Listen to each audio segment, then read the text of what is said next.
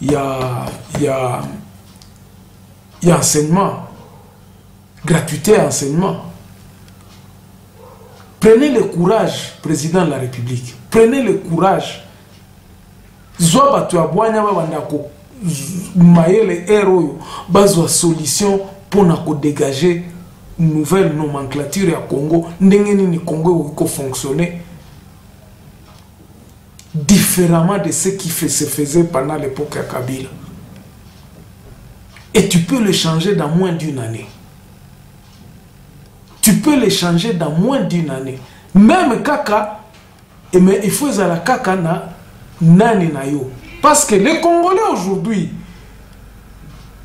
ceux qui Congolais à Bimi Libanda, ils excellent trop dans le travail. Toza en Afrique du Sud, toyebi, ba médecin ba koyebi sayo que c'est les bons médecins, les Congolais. Dans les hôpitaux, ils sont les ingénieurs. Ce sont des Congolais. Les Congolais, c'est un travailleur. Mais il faut qu'il y ait un milieu mais comment rétablir ce milieu, cette histoire-là? Entoure-toi des gens qui peuvent réfléchir comment est-ce que nous allons diriger le Congo autrement. Pas comme Ezo Salema Lelo.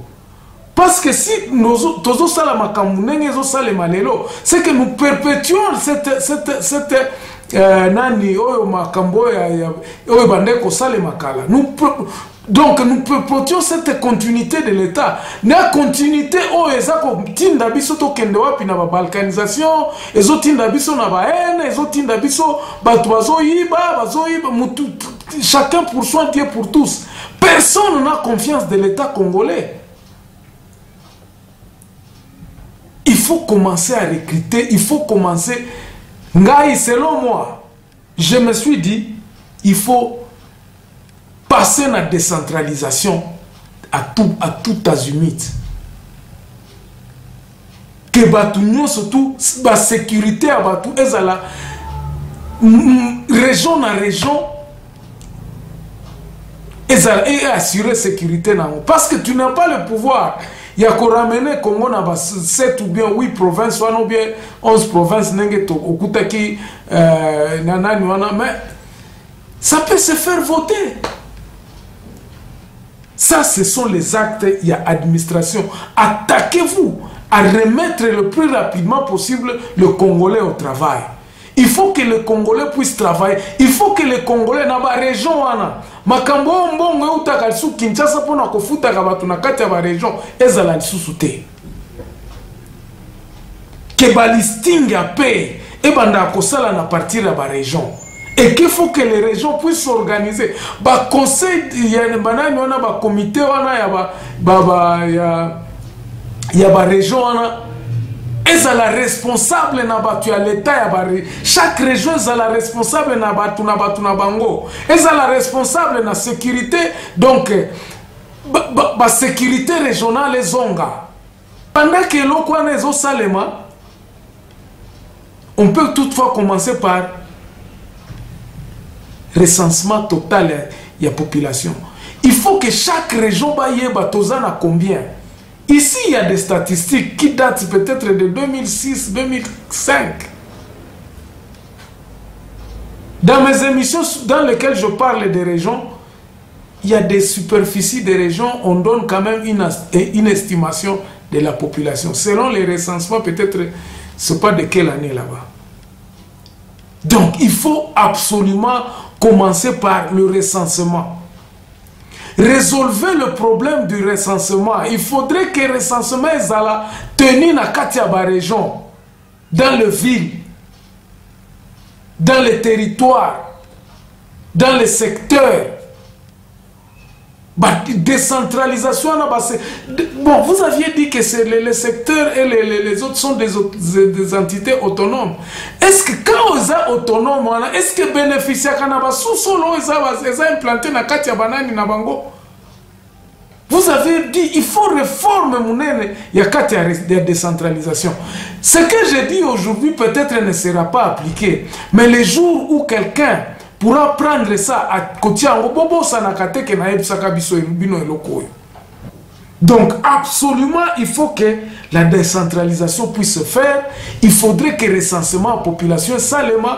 Il faudrait que réforme na kati ya armée. Batu nyonso wana bakende bao bakokangama parce qu'il faut, il y a des gens qui seront arrêtés.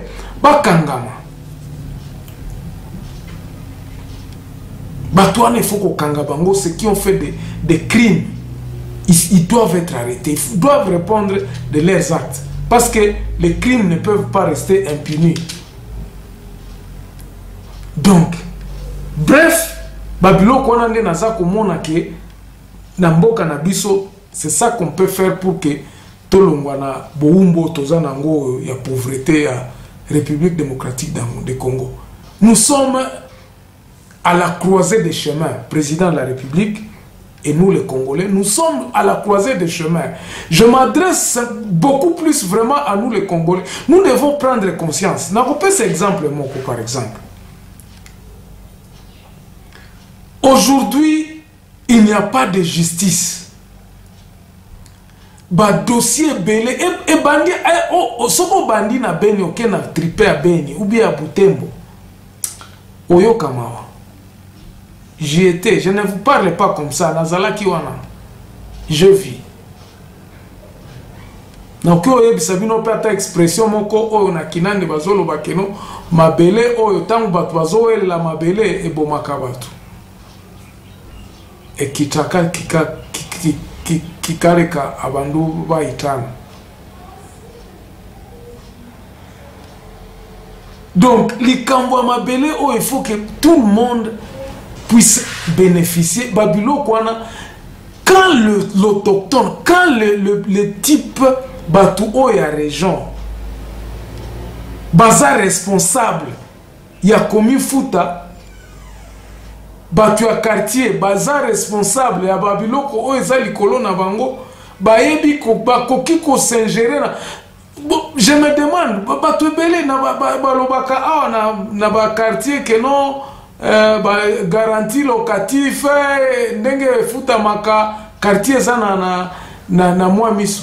Dis-moi comment est-ce que cela sera appliqué pendant que système est en place. Et qui doit mettre le système? Ce n'est que quand les gens seront des responsables na kati ya ville na biso to lobi bon awa ville na biso to conduire ngo boy biso toza na pouvoir nyonso.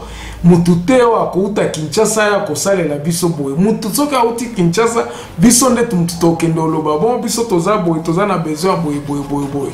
Mais mututeo uta Kinshasa na mukanda eko loba keno ngai na eko sala industrie na ngawa na kati ya lac oyo. Coupons carrément Babiloko oyo na ba gouvernement belge. Comment les Belges nous ont pris, nous ont conduit? Il faut que nous coupons carrément cordon ombilical. Il faut tout katango. Cherchons un moyen de nous diriger pour permettre que le citoyen congolais puisse être responsable. Yamabele nae, azala responsable, na ba minéré nae, aye bake. Or, ebimaka awa, nazana besoin, nazana. Et puis, je peux avoir un mot sur l'investisseur qui viendra investir sur ma nanani nangai. Il y a des régions qui seront riches, il y a des régions qui seront pauvres. Mais ngai na croya kana biloko na région pauvreté mais eko dépendre kaka na intelligence ya bato yo bazana kati ya région wana. Na Bandundu, j'ai vu, j'explorais dernièrement le Kwango. Pendant mes recherches, je vis que le Kwango était riche. Bazana ba diamant, bazana verdure moko kosakanate. Donc il suffit des investisseurs qui peuvent, même les Congolais, na ba investisseurs kaka teke ba ou talibanda.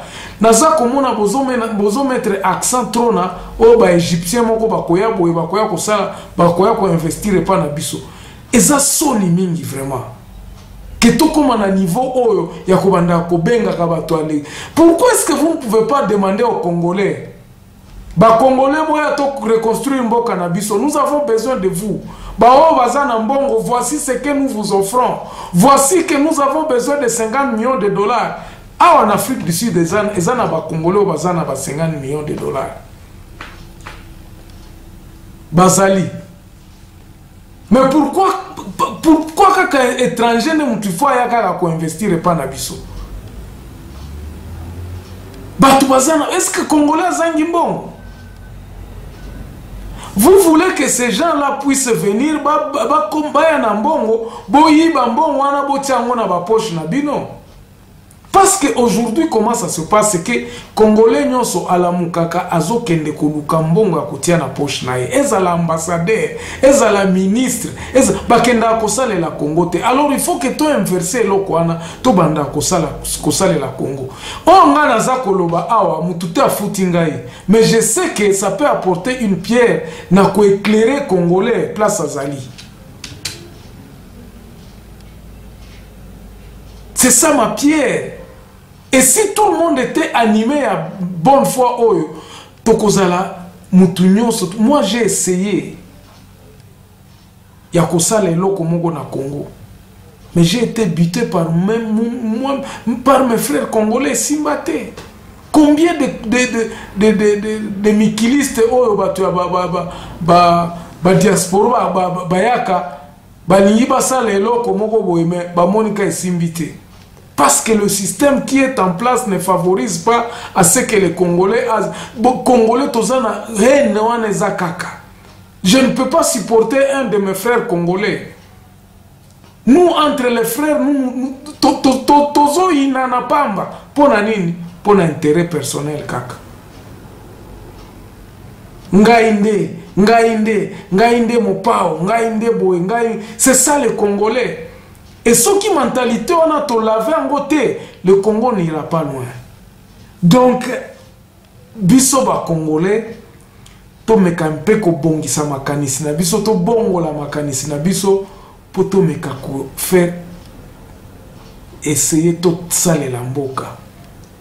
Justice na biso, iboko ki koze la te par exemple ke, ba ebisa bino ke bubando sala musala.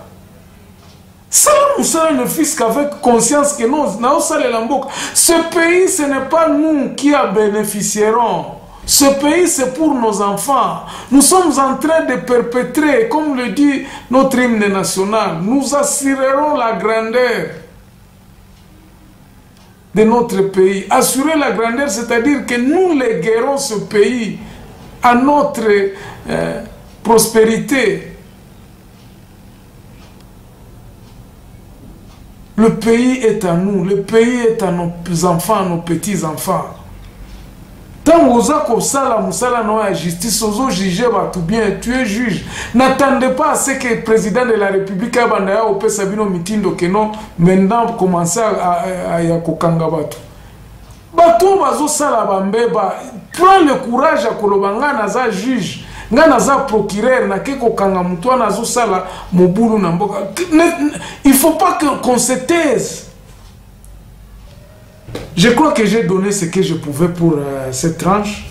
La semaine prochaine, je vous retrouve encore dans un autre numéro où nous parlerons de beaucoup de choses. Je crois que la semaine prochaine, ne ratez pas parce que nous allons parler des Rwandais et de l'évasion rwandaise. Je vais répondre à cette émission-là que les Rwandais ont fait chez eux à Kigali et je vais les montrer. Je vais prélever ma question émission et puis je vais répondre ils sont à la base de ce que le Congo, en tout cas à partir de la base, à la base de ce que le Congo connaît aujourd'hui. Et qu'ils sont en train de parler parce qu'ils ignorent, ou bien ils font semblant. Comment un ambassadeur peut ignorer que le Rwanda a aidé l'armée congolaise et que le Rwanda n'est pas au Congo? Merci beaucoup. Que la paix règne dans vos cœurs. On se revoit la semaine prochaine. Au revoir.